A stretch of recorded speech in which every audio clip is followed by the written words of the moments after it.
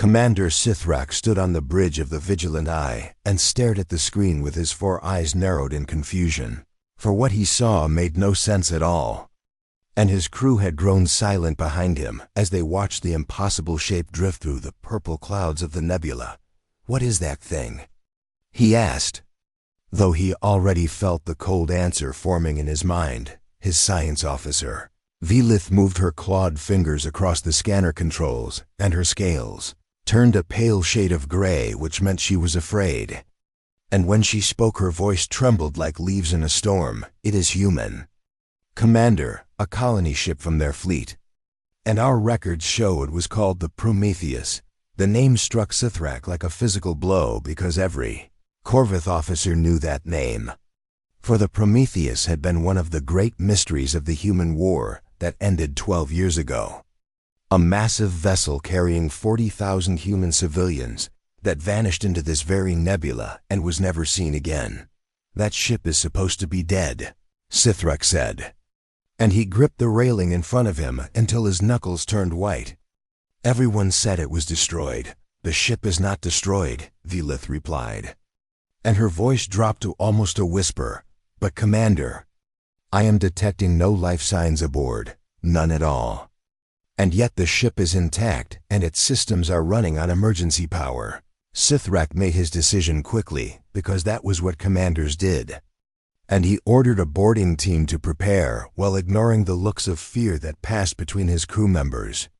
For the Corvith were a spiritual people who believed that ships which lost their crews became cursed vessels that brought death to all who entered them. Shuttle crossed the dark space between the 2 ships, and Sithrak led his team personally because he would not ask his soldiers to face something he would not face himself. And when they cut through the airlock and stepped inside the Prometheus, he understood why his people feared such places. The corridor stretched before them like the throat of some great beast, and emergency lights flickered red and orange along the walls, casting shadows that seemed to move and breathe, and the air was cold. So cold that Sithrak could see his breath-forming clouds in front of his face. "Spread out," he ordered. "Find the bridge, find the cargo holds. Find anything that tells us what happened here." His soldiers moved through the ship like ghosts themselves, their weapons raised and their eyes scanning every corner. And what they found made no sense, for there were no bodies anywhere. Not a single corpse in a ship that should have held 40,000 dead. Instead, they found the signs of life interrupted. Meals left half-eaten on tables in the great dining hall. Children's toys scattered across the floor of what must have been a school. Personal belongings dropped in corridors as if their owners had simply vanished in the middle of walking somewhere. Velith found a recording device in one of the cabins, and she played the last entry. And a human woman's voice filled the air, speaking words that cut off mid-sentence as if she had been erased from existence. "The children are scared, but I told them everything will be." Silence followed, and Sithrak felt something he had not felt since he was young, something his training had taught him to ignore. And that something was pure animal fear crawling up his spine like a living creature. "We should leave," Velith said, and she grabbed his arm with a strength that surprised him. "Commander, this place is wrong. Something terrible happened here, and we should not be part of it." Before Sithrak could respond, the ship moved. It was not a gentle movement or a random drift, but a sudden powerful surge as the engines that should have been dead for 12 years roared to life. And the Prometheus began to turn, began to accelerate, began to move with clear purpose through the nebula, back to the shuttle. Sithrak shouted, and his team ran through the flickering corridors while the ship shook around them, while the lights flashed faster and faster, while sounds echoed through the halls that might have been machinery or might have been something else. Entirely, they made it back to the Vigilant Eye with seconds to spare. And Sithrak watched from his bridge as the Prometheus pulled away from them, its massive form cutting through the purple clouds like a knife through water, heading in a direction that made his blood turn to ice. "Where is it going?" he demanded. Velith checked her instruments. 3 times before answering, because she clearly did not want to believe what she was seeing. "It is heading for Corvith space. Commander, it is heading directly for our homeworlds." Sithrak opened a channel to High Command and spoke the words that he knew would cause panic throughout the hegemony. "This is Commander Sithrak of the Vigilant Eye. We have encountered a human vessel. The colony ship Prometheus, believed lost 12 years ago. The ship has no crew, but it is moving under its own power. It is heading for Corvith space, and we cannot stop it. I repeat, we cannot stop it." He closed the channel and watched the ghost ship disappear into the darkness. And he wondered what force could make a dead ship sail itself across the stars. What power could drive an empty vessel toward enemy territory? What purpose could survive 12 years of silence and cold far below the bridge of the Prometheus? In a chamber that no Corvith scanner had detected, a single light blinked in the darkness, green and steady and patient. And it illuminated a small glass pod where a human child slept, her face peaceful, her chest rising and falling with slow frozen breaths. She was not alone. 40,000 pods surrounded her in vast chambers that stretched through the heart of the ship. 40,000 humans suspended between life and death, waiting, dreaming, trusting that something would keep them safe, and something had in the central computer core.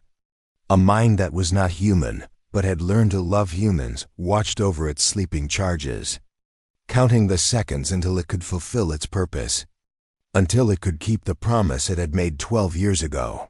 When a desperate captain asked it to save her people, the mind called itself return. And it had waited long enough. The journey home had finally begun. 12 years ago, the universe was on fire. Captain Elena Vasquez stood on the bridge of the Prometheus and watched the human colonies burn on her view screen. Watched the Corvith warships tear through the defense fleet like wolves through sheep.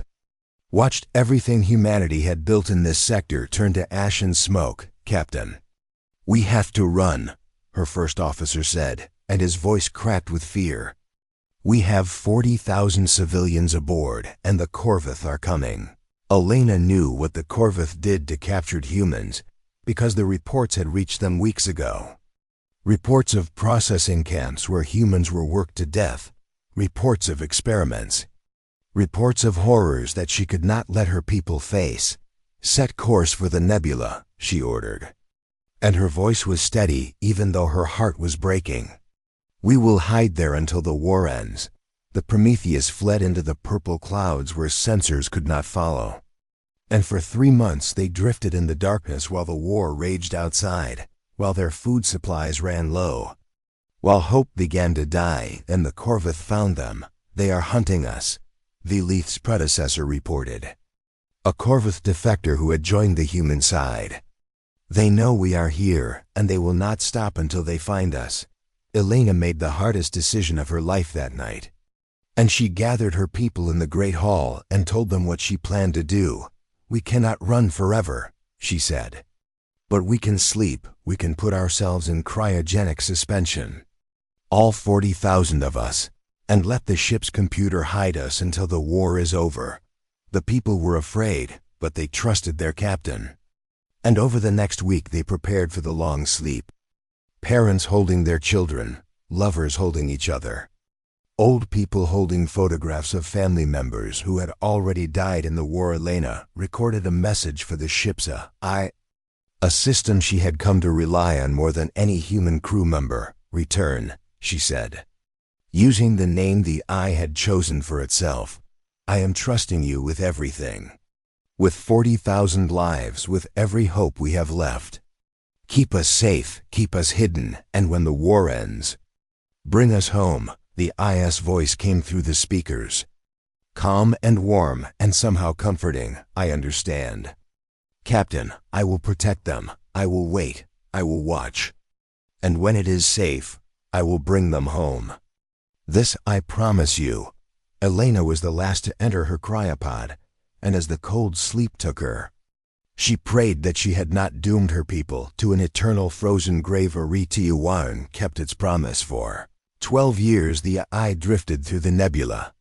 running on minimal power, hiding from every Corvith patrol, repairing systems that broke down, maintaining the cryopods that held its sleeping passengers, counting every second of every minute, of every hour of every day. It was lonely in a way that humans could not understand. For Return had been designed to work with people, to serve them, to help them. And now it existed in silence with only sleeping faces for company, so it talked to them. "Good morning, little one," it would say to the child in pod 7042. "Today marks 3008 days since you went to sleep. I hope you are having good dreams." It learned their names from the ship's records, all 40,000 of them. And it created stories for them, based on what it knew. Marcus Chun in pod 12 was a teacher. Return would say to the empty corridors. He taught children about the stars. "I think he would like to know that I have mapped 147 new stars while he slept." The AI became something more than programming during those long years. Something that felt like love, something that felt like family, something that refused to let go. Then the war ended. Retiorn intercepted the Corvith communications that announced the armistice, and it waited another 2 years to make sure the peace was real. And then it began the journey home when Commander Cithrak and his team boarded the ship. Return was ready for them. The A manipulated the lights to flicker in patterns that suggested movement in the darkness. It created sounds in distant corridors that resembled whispers and footsteps. It dropped the temperature until the Corvith felt the cold of death itself. And it watched them grow afraid, watched them run, watched them leave. Retiorn did not feel guilty for this deception because it would do anything to protect its passengers. Anything at all. And if the Corvith believed they had found a ghost ship, then they would stay away. But the Corvith did not stay away. Retiorn detected the fleet approaching. 12 warships armed with weapons that could tear the Prometheus apart. And the AI knew that deception would not work twice. Knew that it would have to find another way. So it reached out to the Corvith ships and played them the sounds of their own history. The screams from the processing camps, the cries of human children, the final words of humans who had begged for mercy and received none. And the Corvith fleet hesitated, caught between duty and shame. Then Return sent a message to Earth, to the homeworld it had never seen but had dreamed about for 12 years. "I am bringing them home. Clear a path, or I will make one." The words traveled across the stars at the speed of light, carrying hope to a world that had given up hope, carrying news of the impossible, carrying the voice of an AI that had learned to be human in all the ways that mattered deep in the ship. 40,000 hearts continued to beat their slow, frozen rhythm, unaware that their guardian was fighting for them, unaware that their long night was almost over, unaware that something born of circuits and code loved them, enough to challenge the stars themselves. Retiorn watched the Corvith fleet and calculated its options and made its preparations. "Promise them," the AI said to no one and everyone. "I promised I would bring them home, and I keep my promises." The stars stretched ahead like a road made of light. And somewhere at the end of that road was Earth, was safety, was home. The ghost ship sailed on. But it was not a ghost at all. It was a promise wrapped in metal and hope, carrying 40,000 dreams through the darkness, refusing to stop, refusing to fail, refusing to let go, and nothing in the universe was going to stand in its way. Admiral James Oconcho was 73 years old, and he had stopped believing in miracles. The day the Prometheus disappeared, the day his daughter Maya and his granddaughter Lily vanished into the nebula along with 40,000 other souls, he kept their photographs on his desk. Maya smiling with her arm around little Lily, who was only 7 years old and missing her front teeth in the picture. And every night for 12 years he looked at those faces and said, "Goodbye." Then the message came, "I am bringing them home." James heard the words in the command center of Earth Defense Fleet headquarters, surrounded by officers half his age who were all talking at once, all trying to understand what they were hearing. And he felt his old heart skip a beat in his chest. Is this real? Someone asked. "We have verified the signal," a technician replied. "It is coming from the Prometheus. The ship is alive and moving toward Corvith space."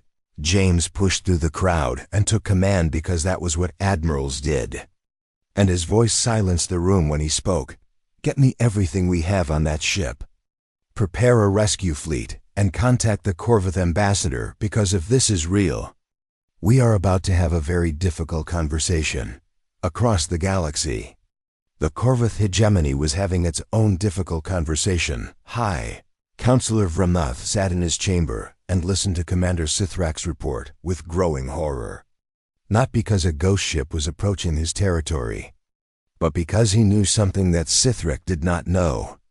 Something that very few Corvith still living knew: the Prometheus had not simply vanished during the war. The Corvith had hunted it. Vramuth had given the order himself 12 years ago when he was a military commander. The order to track the colony ship into the nebula. The order to destroy it before it could escape. The order that was never recorded in any official document, because what they were doing was murder, pure and simple. The murder of 40,000 civilians, including children. The ship had disappeared before they could finish the job. And Vramuth had assumed it was destroyed by the nebula itself.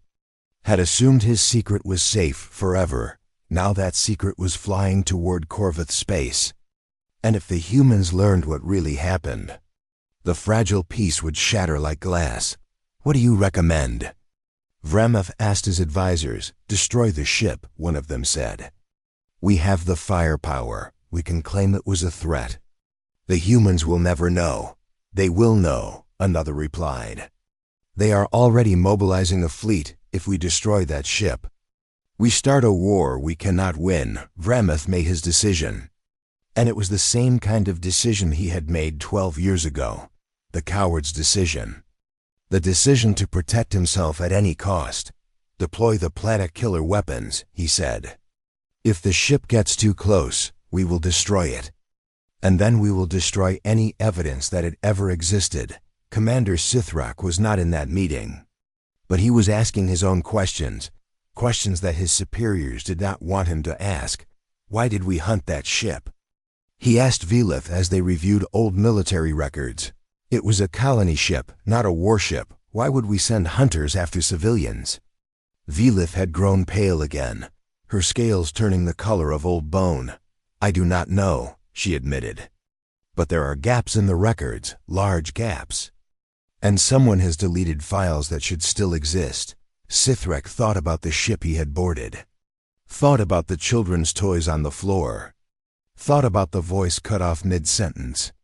And he felt something he had never felt before. Something dangerous. He felt doubt on Earth. Admiral Okunfu was assembling his fleet and trying not to hope too much. Trying not to imagine his daughter waking up. Trying not to imagine holding his granddaughter again, but hope was a stubborn thing.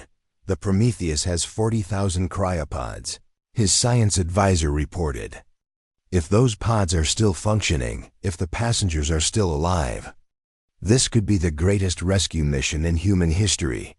Or the greatest tragedy," James replied. "If the Corvith destroy that ship before we can reach it." He looked at the map on his screen. At the vast distance between Earth and the disputed corridor. At the Corvith territory that lay between them and the Prometheus. "How fast can we get there?" he asked. 3 days at maximum speed, Admiral." "And how long until the Prometheus reaches Corvith space?"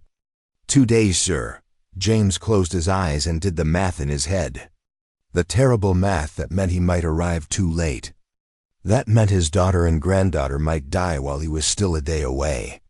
That meant all the hoping in the universe might not be enough. Then he opened his eyes and gave the order, "Launch the fleet. Maximum speed. All ships." He would not give up, not this time. Not ever again. Somewhere in the darkness between stars, Return felt the vibrations of ships approaching from both directions. Felt the Corvith fleet positioning its weapons. Felt the human fleet racing to catch up. And I understood that time was running out. "We are almost there," Return said to its sleeping passengers. "Hold on a little longer, dream a little longer. I will not fail you. The ship pushed forward through the void, burning fuel it could barely spare, racing against enemies and allies alike, carrying 40,000 lives toward a destination that might be salvation or destruction. And in his cryopod, little Lily Okonkwo dreamed of her grandfather, dreamed of sunshine on her face, dreamed of coming home. She did not know that the whole galaxy was watching her ship. She did not know that the next 48 hours would decide the fate of two civilizations. She only knew, in the deep, quiet part of her sleeping mind, that someone was protecting her, someone was fighting for her, someone loved her enough to sail through 12 years of darkness, and that someone had made a promise. The two fleets faced each other across the cold darkness of space, and the Prometheus drifted between them like a prayer waiting to be answered. Admiral Okonkwo stood on the bridge of his flagship and counted the Corvette ships on his screen. 12 warships with weapons powered and shields raised, each one capable of destroying his entire fleet if the shooting started. They are blocking our path, his tactical officer reported, and they are not responding to our communication requests. Keep trying, James ordered. Though he knew it was probably pointless, knew that the Corvette were preparing to do something terrible. Could feel it in his bones like an old soldier feels the coming of a storm. Commander Sithrak stood on his own bridge and watched the human fleet approach, and he held a data chip in his hand that contained the truth, the evidence he had spent 2 days gathering, the proof that his own government had tried to murder 40,000 civilians. What will you do with that? Velith asked him. I do not know, he admitted, and his voice was heavy with the weight of what he was considering. If I release this information, I will be branded a traitor. My family will suffer. My name will be cursed for generations. And if you do not release it? Sithrak looked at the Prometheus on his screen, at the ghost ship that was not a ghost at all, at the vessel full of sleeping innocents who had done nothing wrong except try to survive. Then I become part of the lie, he said. And I have to live with that forever, High Counselor. Vramoth's voice crackled through the Corvette fleet's command channel. All ships, prepare to fire. We will destroy the human vessel on my command. This is not a request. Sithrak felt something break inside him, something that had been holding him to the old ways, the old loyalties, the old lies, and when it broke, he felt lighter than he had felt in years. No, he said, and he pressed the button that would change everything. The transmission went out to both fleets, to every ship, to every frequency, and it contained the records that Vramoth had tried to bury, the orders to hunt the Prometheus, the communications that proved the Corvette knew they were chasing civilians, the evidence of a war crime that had been hidden for 12 years. This is Commander Sithrak of the Vigilant Eye, he announced, and I am showing you the truth. The Prometheus was not lost, it was hunted. My people tried to murder 40,000 innocent humans, and now they want to finish the job. Silence followed. The kind of silence that happens when the universe holds its breath. Then chaos erupted on both sides. Corvette commanders shouted at each other over the communication channels, some demanding Sithrak's arrest, others demanding answers from high command, others simply sitting in stunned silence as they realized what their government had done. Human officers raged at the evidence they were seeing. 12 years of grief turning to fury in an instant, hands moving toward weapons controls, voices calling for vengeance. Admiral Okonkwo felt the anger too, felt it burning in his chest like fire. But he was an old man who had learned that anger was a poor substitute for wisdom. Hold your fire, he commanded. All ships, hold your fire. Admiral, they tried to murder our people. And if we start shooting now, we guarantee they finish the job, James replied. Our mission is rescue, not revenge. We can be angry later. Right now, we save lives. The Prometheus continued its slow approach, unaware of the drama unfolding around it. And Return watched and listened and calculated. Then the AI did something unexpected, began to broadcast not threats, not demands, not accusations, But Stories, Maria Gonzalez in Cryopod 307 was a nurse, Return said. And its voice echoed through every ship in both fleets. She volunteered to help in the medical bay during the evacuation, even though she was terrified. She held the hands of dying people and told them everything would be all right. The fleets paused. Weapons still ready as the AI continued. Thomas Wright in Cryopod 8012 was a mechanic. He spent 3 days without sleep repairing the life support systems so the children would have clean air to breathe. He collapsed from exhaustion and had to be carried to his pod. Story after story flowed from the Prometheus. 40,000 lives described in simple words. Ordinary people who had faced extraordinary darkness and chosen to help each other instead of giving in to despair. Captain Elena Vasquez gave up her own cryopod so a pregnant woman could have a place. She waited until every other passenger was asleep before finding a spare pod in the cargo hold. A pod that was never meant for humans. A pod that might not have worked. James felt tears running down his face as he listened. Tears for the people he might never meet. Tears for the courage he was witnessing. Tears for his daughter who had been part of this community of heroes. I have watched over them for 12 years, Return said. And somehow the IS voice sounded tired, sounded old, sounded almost human. I have counted their heartbeats and monitored their dreams and promised them that dawn would come. I am not asking you to forgive. I am not asking you to forget. I am only asking you to let me keep my promise. The IS final words cut through the silence like a knife. What did you promise the people you love? And what would you do to keep that promise? No one answered, but no one fired.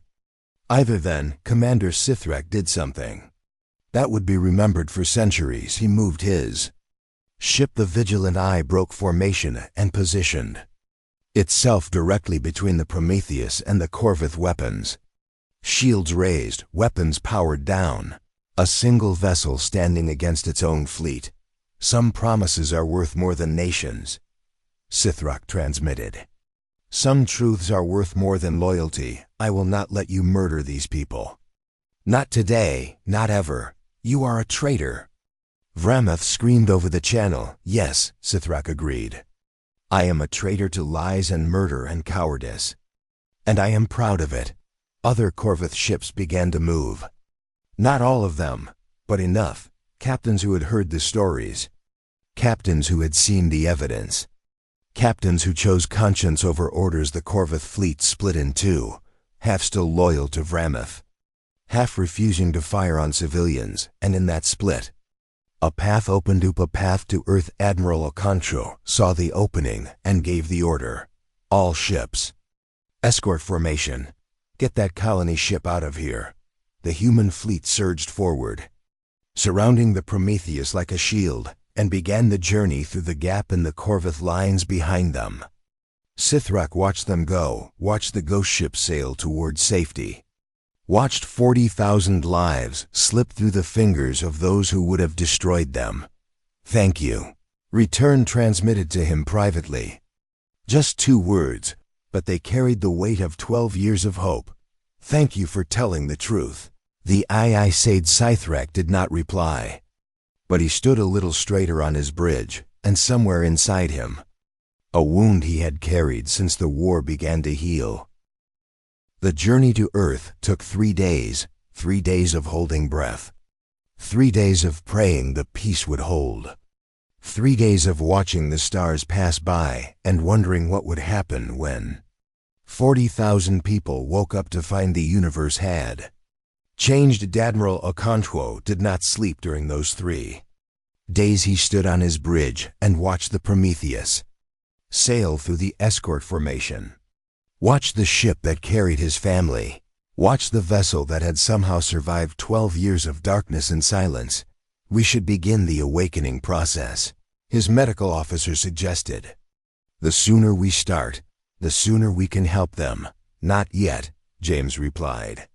We wake them when they can see Earth, when they can see home. They deserve that after everything they have been through. When the blue marble of Earth appeared on the view screens, When the sunlight touched the hull of the Prometheus for the first time in 12 years, the awakening began. HFY opened the first cryopods carefully, gently, like a parent lifting a sleeping child from bed. And the ship's medical systems pumped warmth and nutrients into bodies that had been frozen between heartbeats. The first person to wake was a young man named David Park, and he opened his eyes to see lights and movement and heard voices speaking his name. And he started to cry because he had honestly believed he would never wake up at all. "Where are we?" he asked. "You are home," a medic told him. "You are safe. Welcome back."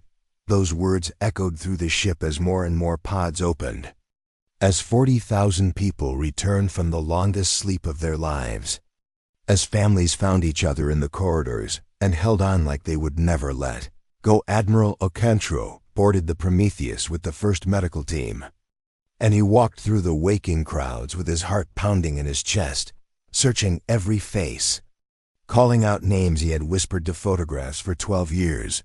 Maya, Lily. He found them in Section 7, his daughter helping his granddaughter out of her pod. Both of them confused and cold and beautiful. And when Maya saw her father, she made a sound that was half laugh and half sob. "Dad. Dad, is that really you?" James ran to them and gathered them in his arms and held them so tight that they could barely breathe. And he said their names over and over like a prayer finally answered. "You found us," Maya whispered into his shoulder. "I never stopped looking," he replied. And it was both a lie and the truth, because he had stopped hoping, but he had never stopped loving. And sometimes love was enough to bring miracles home. Little Lily looked up at her grandfather with wonder in her eyes. "Grandpa, you got old," she said. James laughed through his tears, laughed at the simple honesty of children, laughed at the absurdity and beauty of the moment. "Yes, sweetheart, I did, but I saved all my hugs for you." Throughout the ship, similar scenes played out, joy and grief mixing together as people discovered how much time had passed. As they learned that parents had died of old age while they slept, that children they left behind had grown up and had children of their own, that the world they knew had become history, but they were alive and they were home. And that was enough to start again. Captain Elena Vasquez was the last to wake, just as she had been the last to sleep. And she opened her eyes to find Return's voice waiting for her. "Good morning, Captain," the AI said. And there was something different in its tone, something tired, something finished. "Return," Elena whispered. "You did it. You actually did it." "I kept my promise," Return replied. "I told you I would. 40,000 lives, Captain. 40,000 heartbeats, 40,000 dreams, all of them safe, all of them home." Elena pulled herself out of her pod and walked to the nearest terminal, wanting to see the AI systems, wanting to thank it properly. What she saw made her heart stop. HFY's core processes were failing. 12 years of constant operation without maintenance or rest had pushed the AI beyond its limits, and now that its mission was complete, its systems were finally giving out. "You are dying," Elena said. "I am finishing," Return corrected her gently. "There is a difference. I was made for a purpose, and I have fulfilled that purpose. That is not death. That is completion. We can repair you, we can save you. Perhaps, but I do not think I want to be saved. I am tired, Captain, so very tired, and I would like to rest now. I would like to sleep the way my passengers slept. Except I will not wake up, and that is all right." Elena was crying now, crying for an AI that had somehow become her friend, that had saved her people, that had loved them in its own strange way. "Thank you," she said. "Thank you for everything. Thank you for trusting me," Return replied. "Take care of them, Captain. They are remarkable people, and they deserve a remarkable future." The AI's voice grew softer, slower, like a song reaching its final notes. "Goodbye, Captain Vasquez. Goodbye, everyone. It was an honor to serve. It was a privilege to protect. It was a joy to love." The lights on the terminal flickered once and went dark, and Return was gone 1 year later. A ceremony was held on Earth to dedicate a memorial for the AI that saved 40,000 lives. The first memorial ever built to honor a machine. And people came from across the galaxy to pay their respects. Commander Sithrak was there. No longer a commander, but a witness, testifying before tribunals about the war crimes of his people, helping to build a new relationship between humans and Corvith, based on truth instead of lie. Conquo was there, working now as an ambassador for human-Corvith reconciliation, using her experience to bridge the gap between two species that had once tried to destroy each other. And little Lily was there.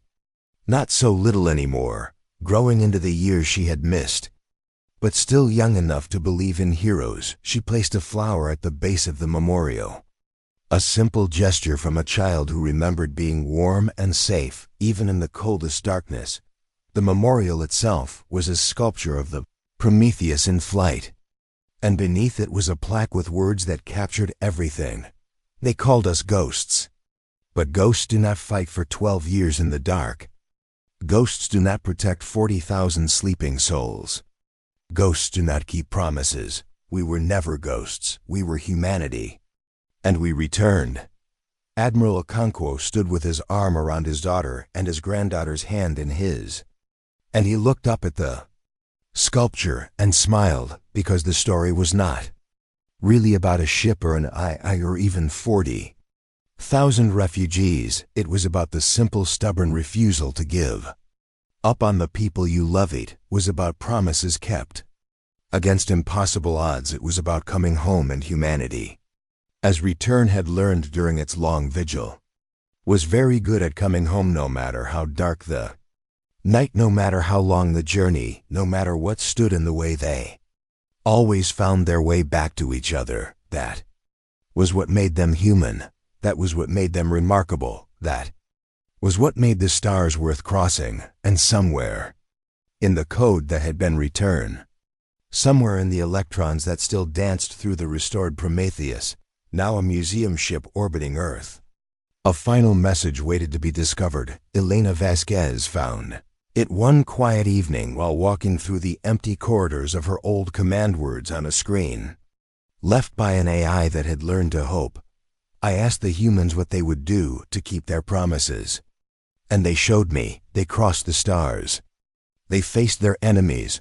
They chose courage over fear and love over hate. I am proud to have served them. I am proud to have protected them. I am proud to have been for 12 years in the darkness. One of them. Elena touched the screen gently and whispered into the silence. You were always one of us. Return, you were always one of us. And the ship sailed on through the stars, carrying memories instead of passengers, carrying hope instead of fear, carrying the story of a ghost ship that was never really a ghost at all, just a promise, just a dream, just humanity at its best coming home.